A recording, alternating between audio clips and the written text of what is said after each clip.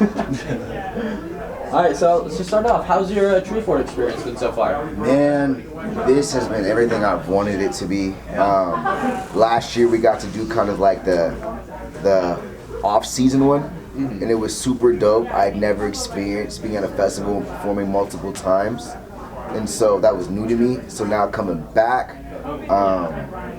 the one thing I will say about this festival versus like other ones is people are so stoked to see like the local talent here. People are so stoked to see artists that aren't like huge bill names. Like I've had so many people stop me and go, "Yo, I seen you last year. Duh, duh, duh. I brought friends." I'm like, "Holy crap!" Like I'm not from here. I'm barely out here. I'm shocked that you guys are like that, hella like happy to see me. You know what I mean? So Treefort's my personal one of my favorites. That's awesome. Glad to hear it. And so growing up in the PNW and Spokane, how has that really like influenced you and your sound? So like being from the PNW, it's kind of impossible to not be influenced by like the rock culture we have here. You know, you got the Nirvana, the Alice in Chains, and a lot of that like deep woven into our culture. So I think that's why like for an artist like me, you see a lot of the like rock and punk influence in my live stage presence. And even in this new project that's about to come out here soon. It's definitely always been something that's been a part of my life, rock music, and also blending in the rap. Like you got the Macklemores, you got people like that who are just like really deep woven and ingrained, Samuel Childs, stuff like that. And the EDM. It's crazy. We have a crazy Odessa, right? We have a crazy EDM. So like you can see a lot of that influence in like the music. Like Merchandise is like a funk but kind of futuristic EDM track that I got with Samuel Child out there in Seattle. Like all that stuff deeply is like ingrained in my music. So if you didn't get into music when you did, what do you think you'd be doing right now? Oh my gosh, what a great question. I have an AA in computer science. You know, that was always like and so I did Running Start. So the thing was I'd gotten my AA in computer science by the time I was 18, and then I took the next 3 years to kind of figure out like what am I truly inspired by, what are like, because I'm young, right? So I'm like, I have time to like really dive into like hobbies that I'm really passionate about. What do I really like? If I could do something for the rest of my life, money not involved, what would that be? So I figured you figure that out beforehand than later. And music was something I've always been deeply passionate about. I'll say it's pretty interesting. I never thought maybe I'd be an artist on the forefront. I didn't know. I just knew I wanted to be involved in music somehow. And so through creation, trial and error, and performing and acting out, like I realized I really do enjoy this. I enjoy acting. I enjoy wilding out. I enjoy being goony. I enjoy like sharing my energy to other people. It's like why I'm so wild on stage. I'm really just giving out energy. And they give it back to me, I'm giving you more. Give it back to me, give you more. Until we're moshing and fucking serving the goddamn crowd and shit. But yeah, computer science. I mean, probably like some project manager for a law firm or some shit. Yeah. Yeah, gotcha. All right, so you had mentioned, you know, PNW artists like Macklemore and Nirvana and all that, but are there any other artists that are outside of the PNW that have really helped you form your sound today? Absolutely. Again, with the like rap, punk, or like rap and rock kind of like blend, I kind of favor artists like DMX. You know what I mean? Like for sure, he was one of the earlier artists who were like yelling on tracks, and he wasn't like 100% rock, but he had like the chains and shit. He was super edgy for a rap artist. Like most like rap labels did not know what to do with him because his sound was so different. It was so over here with it. It wasn't necessarily classified as like a rock sound or anything like that. It was still of color, but it was just different and very innovative. So like I gotta give it to him. He's one of the pioneers, I think, of like that mesh of sounds. He's a genre bender like me. Denzel Curry, of course, he's another one who's like more like of age, who's definitely like doing that now. He's taking the torch and like wilding the fuck out with it. He's really taking it to another level. And I think he's inspired other artists like me to like really be free and not afraid of that. Cause like I think one thing, being a person of color, like there's this automatic assumption when I say I do hip hop music that I'm either like boom bap or I'm like touty or just something like that. You know what I'm saying? The mainstream rap. And so I think nowadays people are starting to be very much more open to like genre bending music. You're starting to see a lot more of the blending of the two, which is like great for artists like me. I gotta give it out to Kendrick Lamar. Like he's probably like my favorite. He's the best rapper of all time. I'm gonna just say it like that. He's the best rapper of all time. I used to be in band. Now I'll explain how this makes sense. I used to be in bands, so I'm really great with like productions and sounds and stuff like that, and understanding when a person is being the lead. So as a rapper, I think of myself as the lead instrument on all productions, on all my songs. Kendrick Lamar is one of the best lead instruments ever. You know what I mean? He dominates the productions. He always finds pockets and flows that are just so intricate, so like people can't copy that. You know what I mean? And that's something I take pride in too, in my flows. People can't copy how intricate my flows are, my style is. Like it's not something you can just, oh, I can do that. You know what I mean? It's not copy paste. Let me mention Kenny Mason too. He's a ATL emerging artist out there, ATL Georgia, and he's freaking filthy. He's doing kind of like rap and alternative rock and meshing the two, and I just gravitate towards it. I like really love the dude. I think he's dope. I want to feature with you, Kenny. It's gonna happen here soon.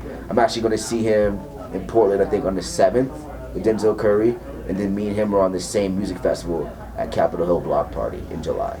So I'm about to link up with the dude and see what we can do. That answers one of my next questions I was gonna ask. I was gonna say if you could collab with any music artist, who would that be? Definitely would be the Kenny Masons. Yeah. Definitely would be like Kenny Mason, Grip, Baby Cody. He's an artist out there in I want to say Dallas, Texas, maybe San Antonio. I'm not sure. I just kind of got put onto him.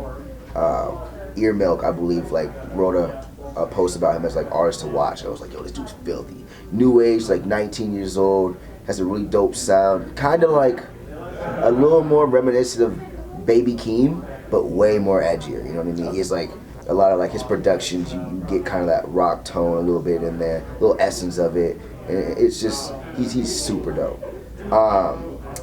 Some of my dream collabs, you know, it'd be crazy to like work with some rock fans, like Fever 333's fucking filthy. I think, yeah, they're freaking filthy, and they're like this, they match my type of energy. If I couldn't collab with them, I'd want to open for them on a tour or something. I just want to be around them, you know what I mean? I want to soak up whatever it is that energy is. Like, I'm obsessed with some rock bands. And Horror, HO660R. They're a black duo punk band out in New York, and they're filthy, and I would just die to meet them. I really would. I would die to meet them. Now, obviously, too, Kendrick Lamar is like my dream collab, but I don't like doing things out of turn. So, like, 3-4 years, I'm coming for you. I'm coming for you. All right. So, what's your favorite song that you've created? My favorite song is a song I just created, which is not out yet. It's not out. So, if I'm gonna say out of my catalog, my favorite song that is out right now.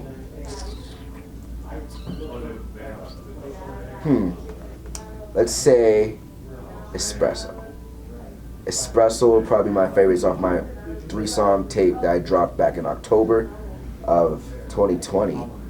Yeah, 2020. Holy crap, time. COVID just like, you just lose time. It's flown by. You just lose time. It's I was like, when crazy. did we do these things and how is it chronologically in order? I graduated high school at the beginning of COVID, and like now I'm here, and it's just been like, Holy shit. yeah. You said I've grown. Exactly. No more masks. Like, still don't got a beard, but yeah, Espresso would probably be my favorite song on the rap side, because it was very conscious and very like, I was starting to really develop a new sound for myself that I was like, me and my new in-house producer, he's new for like the last 2 years. His name is Ben Sway. He's a top 10 Billboard charting producer in the metal world. me and him worked for like 3 years to develop this sound and kind of like find our happy medium. And so Espresso was one of those songs where we were like, yo, I think we finally like figured out how to do this thing, right? And so it's kind of like, it's mellow in cadence, it sounds very confident, but at the same time the production has like, it feels almost rockish. It feels a little edgy. It's very powerful, very strong. Excuse me. Another song is on the same project, Moonshine. It's a song I don't even like really push out there, but it's my personal favorite. It's a very melodic, dark harmonies, dark melodies. It's very like, very interpersonal, and like talks about like a very tough time in my life when I was alcoholic, you know what I mean? Not like a crazy, raging alcoholic, but it definitely like was stunning my growth in certain areas. And so that song kind of like really explains certain things in my life that I was going through. And it just, I don't know, it feels, I like precious music. I like things that are like real. And so Espresso and Moonshine are like two of the like more realer records that I dropped. Awesome. Shout outs to merchandise too.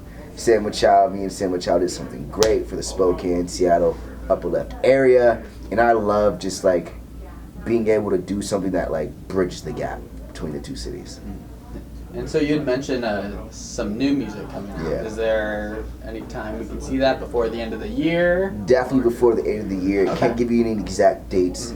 The biggest thing about that is, well, I'd love to just tell you guys kind of about it. Like, yeah, it's a genre-bending project. It meshes in the hip-hop with the rock and the punk. It does exactly what you're going to see on stage.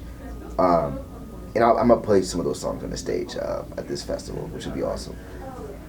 It meshes, like I said, it meshes both the rap and the rock and the punk all together into like a happy, sweet medium.